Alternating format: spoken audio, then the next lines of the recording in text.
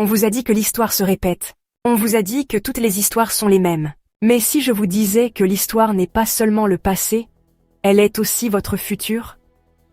Et si le livre le plus négligé de la Bible détenait la clé pour reconstruire ce qui vous semble brisé dans votre vie? Le premier livre des Chroniques n'est pas seulement une leçon d'histoire, c'est un plan pour la restauration, pour l'espoir, pour redéfinir le leadership et le culte d'une manière qui compte encore aujourd'hui. Plongeons-y. Bon, soyons honnêtes, le premier livre des Chroniques ne semble pas exactement être un thriller palpitant au premier abord. Si vous l'avez déjà ouvert et que vous êtes tombé sur ce qui semble être une liste de noms interminables, vous avez peut-être été tenté de sauter des pages. Mais attendez, car ce livre est bien plus qu'une version ancienne d'un arbre généalogique. Les Chroniques nous plongent dans l'histoire d'Israël, en se concentrant spécifiquement sur le roi David et ses préparatifs pour le temple. Mais avec une nouvelle perspective. Contrairement aux livres de Samuel et des rois, qui mettent en lumière les erreurs et la chute d'Israël, le premier livre des Chroniques est entièrement tourné vers l'avenir. Il a été écrit après l'exil babylonien, à une époque où Juda tentait de se reconstruire, à la fois physiquement et spirituellement. C'est un rappel que, même après que tout se soit effondré, les promesses de Dieu tenaient toujours. Et c'est pourquoi le livre commence par la généalogie.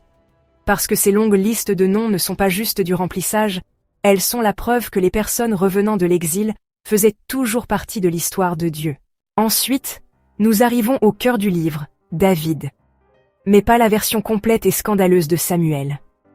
Les Chroniques passent outre les aspects plus délicats de sa vie, pas de drame avec Bathsheba ici, et se concentrent plutôt sur David en tant que roi ultime, un homme selon le cœur de Dieu, qui était obsédé par l'idée de faire du culte le centre de l'identité d'Israël. En fait, l'un des thèmes majeurs du premier livre des Chroniques est le temple.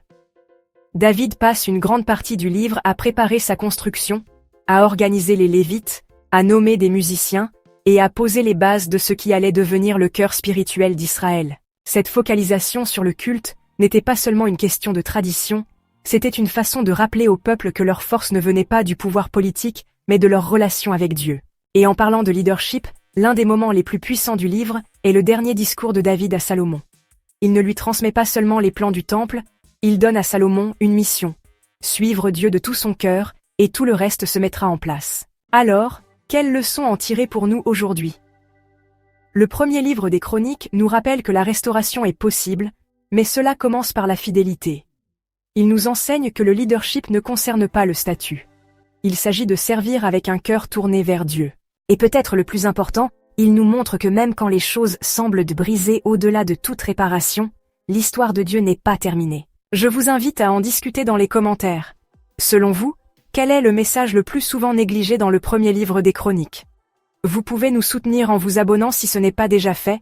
Prenez soin de vous, prenez soin de vos proches, et je vous retrouve bientôt dans une autre vidéo.